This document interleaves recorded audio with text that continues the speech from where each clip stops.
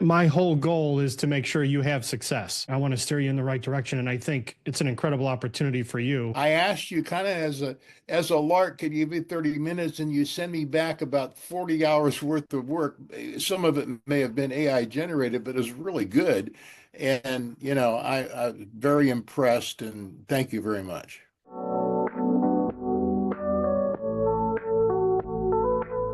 No problem. My whole goal is to make sure you have success. So I had a couple ideas that I wanted to kind of execute. I want to steer you in the right direction, and I think it's an incredible opportunity for you. And it's probably not going to be your only opportunity. So the first one's a little more work, but it gets Well, easier down the road.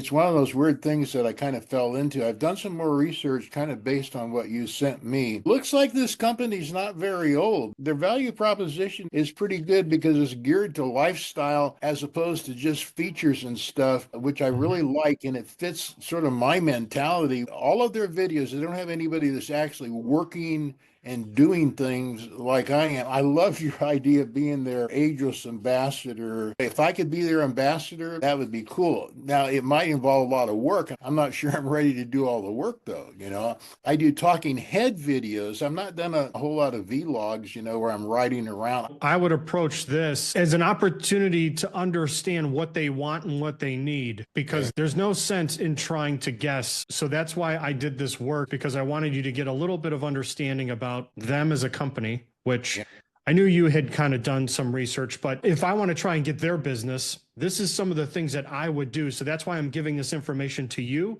because hopefully with working with me, you can understand things from a marketing perspective, which will position you to connect the dots. And when you connect the dots, that's when you get paid. So I need to know what they're really looking for. Exactly. That's why I was like, whoa, let's pump the brakes on the money thing. It's too early to figure out what the monetary aspect of this is, because you don't know what they're looking to do. You don't know what their marketing plan is. I can tell you this, if you look at their YouTube channel, their user-generated content far exceeds whatever they've created. Now, they do create really nice, high-quality looking content, but that's not what's going to resonate with their audience. This is why I genuinely do think this is a great collaboration here. I would really agree. They don't have a whole lot of what I'd say authentic. Absolutely. 100%. That's the content that's going to matter. And so that's why I think it's premature to try and put a dollar amount on this, because they're not capable of creating that content by themselves, which makes you more valuable. And also, you have to think about what your level of involvement is. That's going to determine how much you're paid also. So you've got to get a feel for how much do I want to be involved in this? That's something to think about before this meeting. Do you find it unusual that I'm searching for a scooter? They had a phone number. I called and I got put right through. Somebody pick up the phone. I didn't get a phone tree. Yep. And it turns out to be the wife of the vice president, which lets me know that they're not very sophisticated or very big yet. Yep. We get talking and she asked me what I did, I told her, pastor and YouTube. Yep. And then I send the YouTube channel, and I'm not kidding, Dave. 2 hours later, I get an email from her husband, who's the marketing director, and asked me innocuous questions, really, how long you've been on YouTube, da, da, da. So I shot that back. An hour later, I get the invitation to get online with the president in Japan. I fell over because I thought they're either hungry or something's wrong. I don't know. That's unusual, is it not? No, because most businesses are fucking clueless on how to market. I love you, buddy. And so maybe they realize that what they're doing isn't working, and they realize they need to work with people like yourself. And maybe that's what all this is about. Now, I give them credit for moving quickly. So that's why I'm still hesitant to pump the brakes on what's involved here from a money standpoint, because you have more leverage than I think you realize. Did you know that on their YouTube channel, there is not a single link anywhere on the channel in any video to the website or for a call to action to buy the product?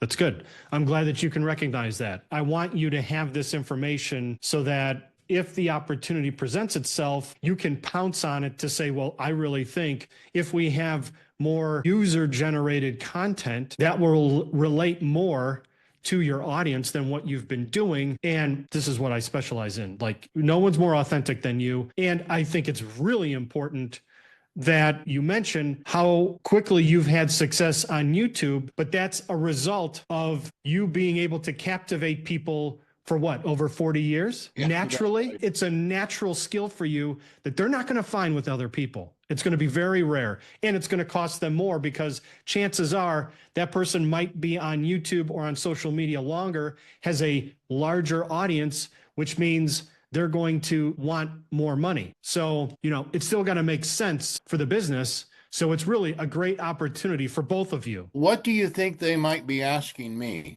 This is really more for you on how content that you're really good at would be an asset to them, because this is the type of content their audience is looking for. You're the bridge. That's the thing you need to communicate to them. They probably already see this, but I want you to go in with that kind of confidence to say, like, look, I'm what you're looking for, because I can relate. Your ideal audience isn't looking for the stuff that you're creating. They're looking for the stuff that I create naturally. Yeah, real life, just not running to the grocery store. Somebody that's maybe retired or like me, not retired at 81, works full-time caregiver for his wife, and still manages YouTube and goes to the grocery store. Think about it this way. You're going to buy a Bentley, okay? What's the easiest way to sell you on a Bentley?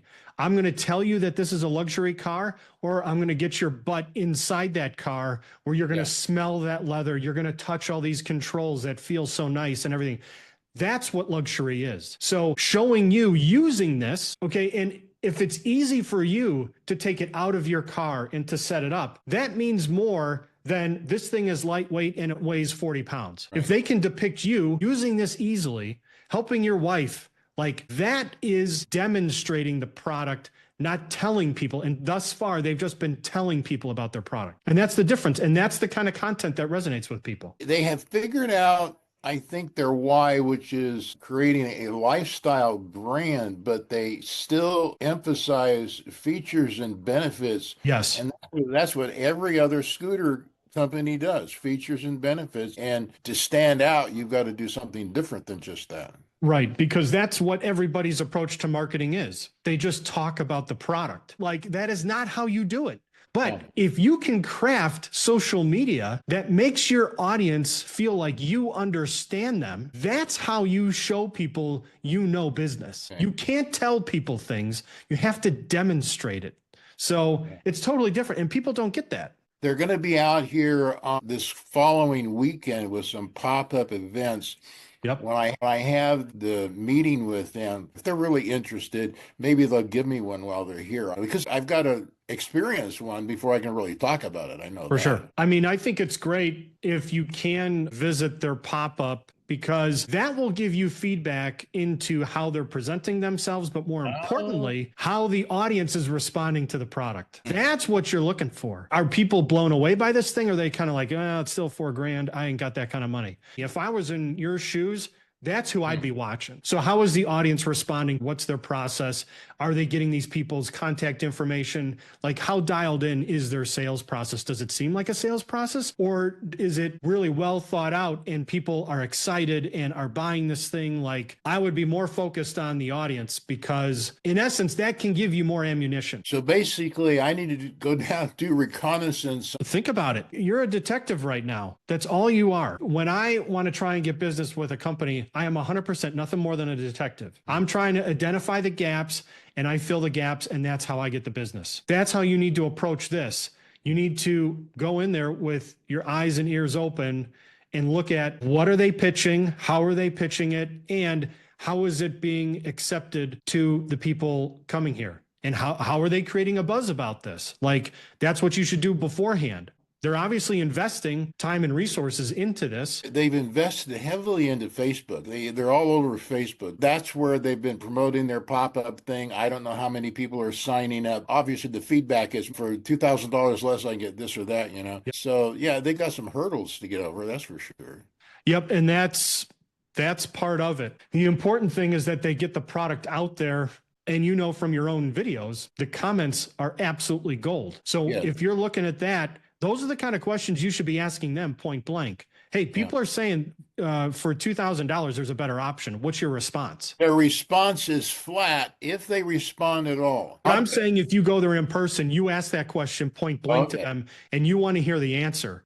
It should be two things. Either, okay, we're going to work to get the price down because the market is telling us, or our marketing sucks and we're not creating enough value. That's ultimately what it is. So, you have to think about it that way. Like, and their response is going to tell you a lot about what it's going to be like working with them. Just from my experience, I'm going to guess that it's kind of cobbled together. If the company is based in Japan, who knows how they started, if the US market was really their first initial market. Was it the Japanese market? Because the Japanese market, they're more focused on luxury and prestige. And obviously people are here too in the US, but Americans are cheap compared to everybody else. I think they launched in Japan. There's some earlier videos, and some of the recent videos, you can tell they're not in the U.S. And of course, the founder, you maybe saw his video on why he started it and all. So I think they launched probably in Japan, and this last year came here. Okay. A question for them is, okay, what's your launch program? What is your marketing? Their response to you is interesting, and we shouldn't try and overthink this because at the end of the day, it's a great opportunity for you and we should be thankful for that. But, do they realize their stuff isn't working? Do they not have a good plan, or do they realize that what they've done thus far isn't working and they need a change of direction? You need to find out what that change of direction is. Is it fair to ask them what their sales records are here in 100% you should be asking that. Money matters. Yeah, okay. Let's just briefly go through this. If we just start from the first slide, I just wanted you to understand their demographics of their target age group. This might be things that you already know, but it's important to understand this, that number one, your age is the biggest group. So that instantly builds credibility and trust and authenticity because you are the target market. So it makes a lot of sense for you to be the brand ambassador. If we go to slide 2, this was interesting that the Gen Xers, they don't want to be stigmatized by using this type of device. And I love this product, the way it looks. In fact, the black and blue one would match my boat perfectly, which I have a strange obsession with matching colors now with my boat. But anyway, so I definitely can see, a multi-prong approach to this, but you can't ignore that you represent the largest demographic here, which, is important if they want to sell this thing. So if you look at the bottom there, 1 in 3 people say they avoid using current scooters if they could due to the outdated design. Yeah. That is absolutely great.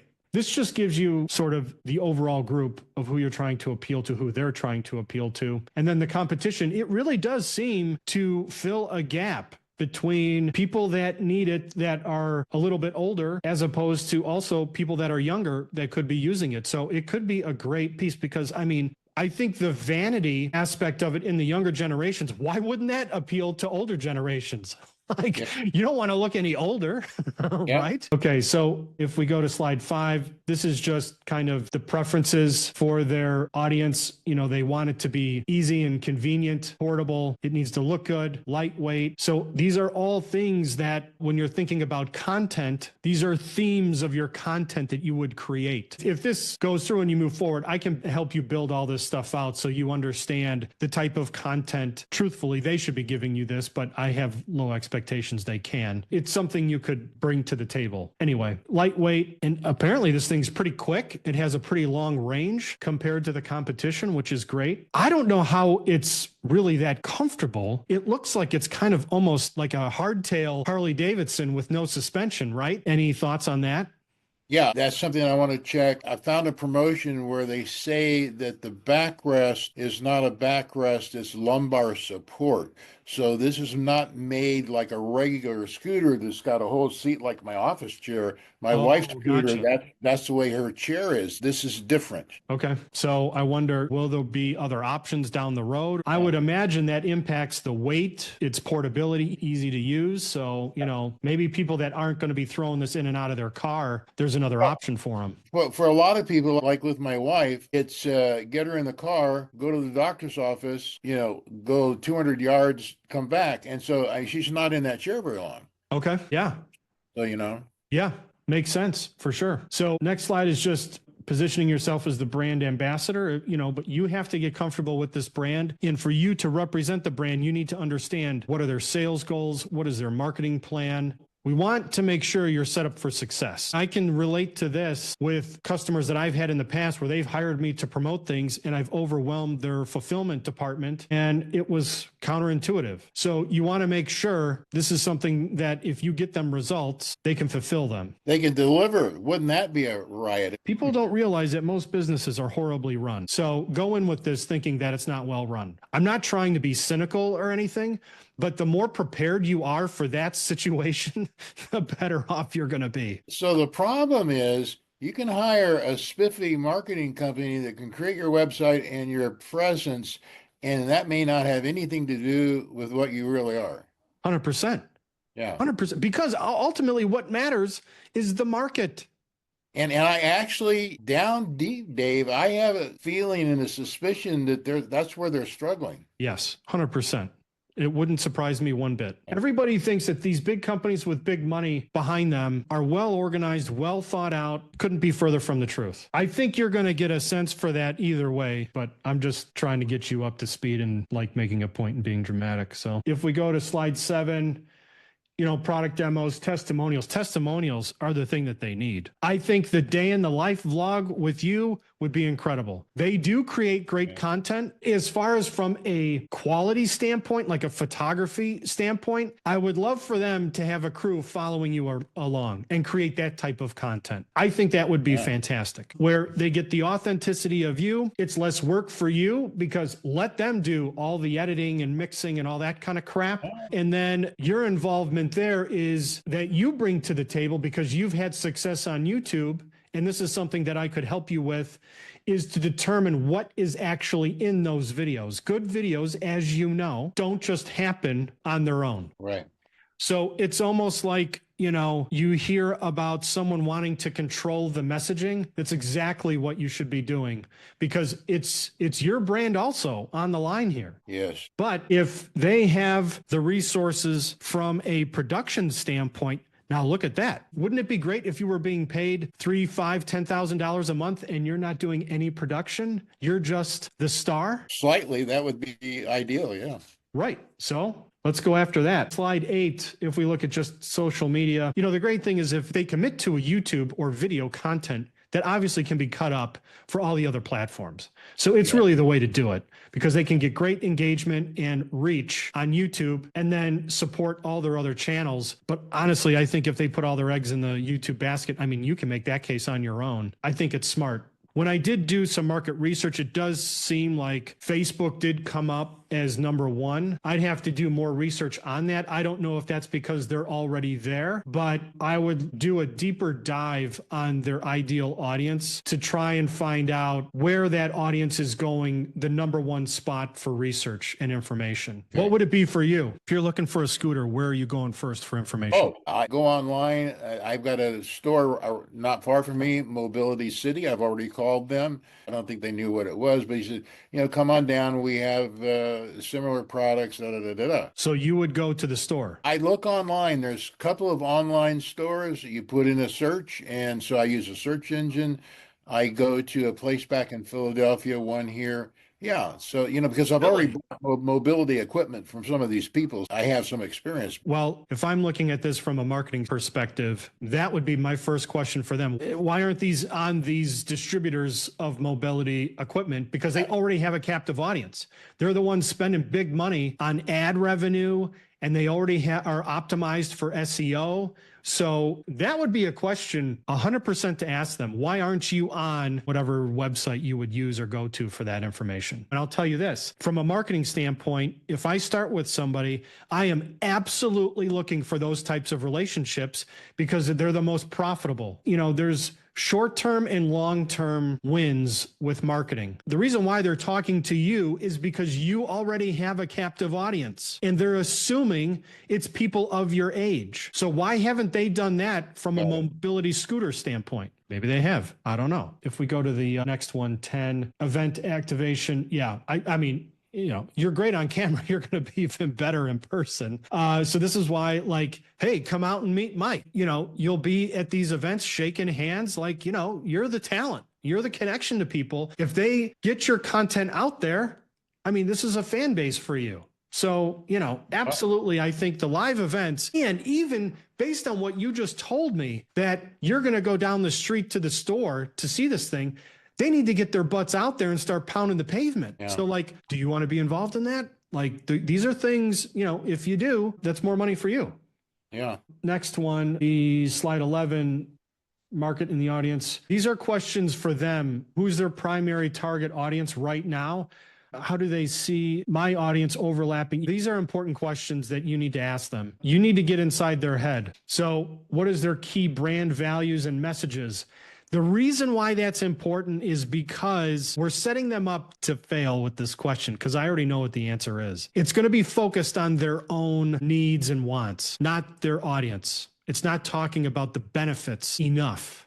Okay. So we're trying to sell a Rolex. We're not trying to sell a Timex. So you have to appeal to the wants and the desires of this audience. How are they going to do that? They're not doing a good job of it.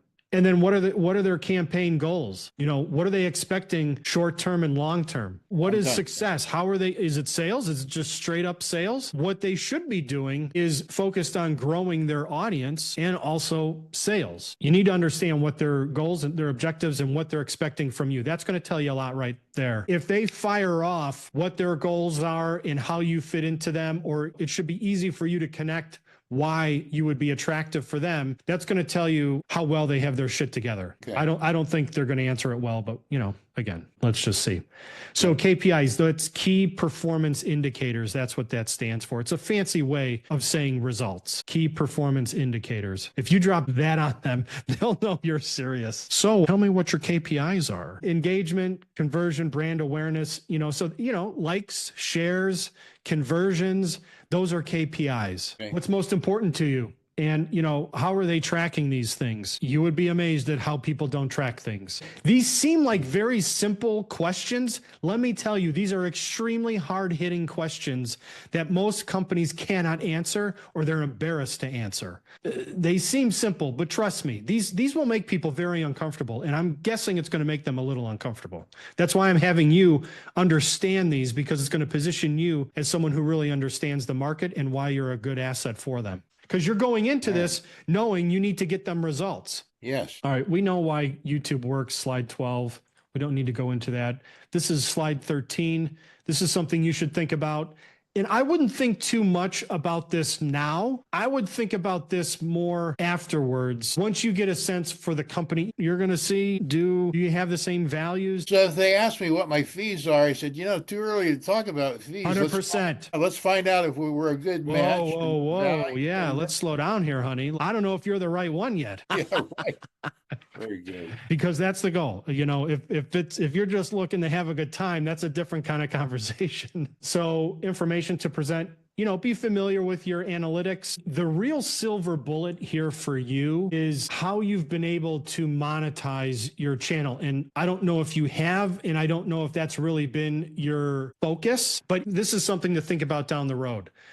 What will really determine your value, if you can demonstrate that you can get people to buy the product that you're representing. So I feel like you may not have this information right now, but I want you to be thinking about this down the road, because that's how you make money as a brand ambassador. You can say all that, yeah, I'm great on camera, but at the end of the day, we both know money talks. And if you can say, I have a very small audience, but I've already sold over $6,000 in coaching since October, and I've got over $100,000 of proposals out there for my agency since October, and I've brought everybody through my funnel.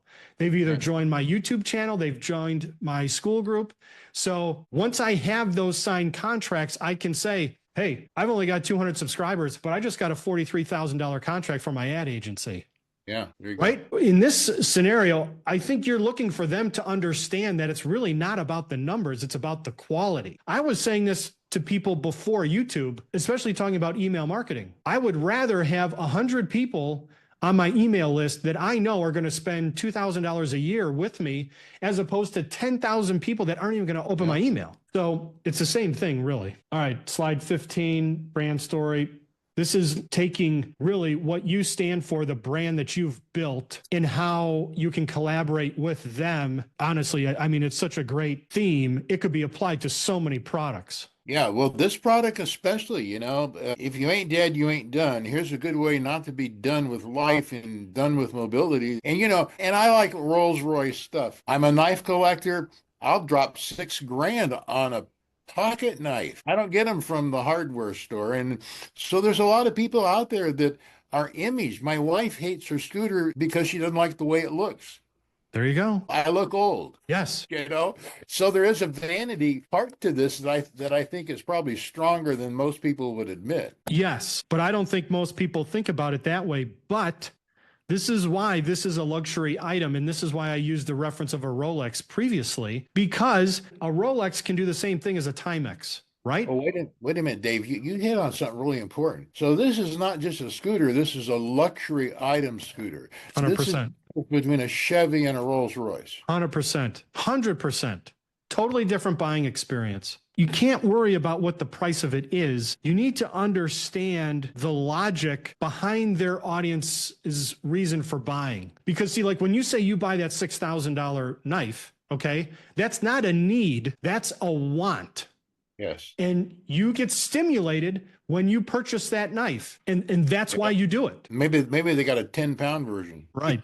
That goes 50 miles an hour. No, but now my wife's scooter, they say theirs will go 18 miles an hour. My wife's scooter will only go 12. Now it costs $1,200, a lot less. Sure. Clunky, hard to put up and all that, but it's pretty bad going up hills. It looks speedy, and they've got one video of a guy going up a hill, but until you really get on it and try it, you don't know. Sure. 100%. Well, wouldn't it be great to do a side by side of your wife's current one with this one, and you literally have her on it and be like, okay, here's her current situation, and it's obviously struggling, or it doesn't even make it, and now with this one, up with ease. So I think that's a great point. That reminds me of when Jay Leno talks about buying a high-powered car is because he lives in a very hilly area. And so he wants to make sure he gets up the hills. Okay, if we go to slide 16. Dave, you're going way beyond the half hour. I know, but this is important stuff for you. So this is just stuff for you to kind of think about what could be deliverables. This is the kind of content you would be involved in creating, because this is the kind of content that matters to the audience, which, if you'll notice, is very different from what they've been creating. Yes. And they have one video of a younger guy that's probably a model. The first thing after I saw their videos is, well, how many of these are really users and how many of them are just people that don't have mobility issues and they hired somebody that looks good to write them? Right, because that's not authentic. Right. Now, if they showed a young high school athlete that just snapped his Achilles and is getting around on one of these, totally different, right? Not as sexy, but what do you care about more? That'll resonate. They do have the one video of a young kid who has some sort of a problem, and they've shot him, and that's a pretty good video, really. Okay. So they need more content like that. Slide 17, competitive insights and value alignment. So showing awareness, senior lifestyle. This is just positioning you as like how great of a representation of who their ideal market is. I mean, that's you. So this is just kind of hammering that home. So it's really both of you guys can benefit from this. So when you say and at the end of that you say meet in a couple of weeks to review initials, what are you talking about there? When it comes to these kind of things, always the most important thing is to book the next meeting. Do not end this meeting without booking the next one. So Got it. That's my hope. That's why I wanted to go over this with you, because these are things that could come up, but you're going to have to understand what's going on in the meeting and identify what the big thing is that needs to be figured out and say, okay, maybe there's some things you need to think about. There's some things they need to think about. Let's put something on the calendar where we can both come together and collaborate and get this thing moving forward. You don't want to leave it open-ended. Boy, that's a big tip, Dave. Book the next, don't get off the call till you have a next meeting booked. Yes, that's really, it's like, if you're a car salesman, don't let them get out the door. Yeah. So this is very important. That's why I made it the last slide. Like, this is the most critical thing, because just go into this thinking that they don't know what they're doing. That's so funny, because intuitively your limbic brain would think, hey, these guys really got it together. They know what they're doing. And I'm going to go in there and they're going to tell me what to do and how to do it. And they may not know a thing. 100%. Probably going to be more true than you realize. And I'm not trying to be cynical or a jerk or anything like that. Okay. Just that's been my experience. Most Yeah. people can't get out of their own way because let's be honest, Mike, they'd be killing it if they knew how to market. Yeah, I keep thinking that, and that's why I'd be really curious what their sales are. I mean, what's their ROI on their Facebook? Are they actually getting sales? Is it working for them? Understanding how many they've sold in the US to date is really critical because if they do go with you and you're tracking sales after they've been with you, and let's just say, they've sold 50 in the last 12 months, and they go with you and they sell 20 in the first 30 days, now you know that what you're doing is the right thing, right? You have that context. If you go into this not knowing their sales numbers, you're going to be flying blind. That's not how you want to be. Got it. Okay. All right, my friend. I appreciate you. I wish you luck. You better keep me posted. If you have any questions between now and then, just reach out. Okay, will do. Thank you, my friend. Thanks, Mike. Have a good weekend.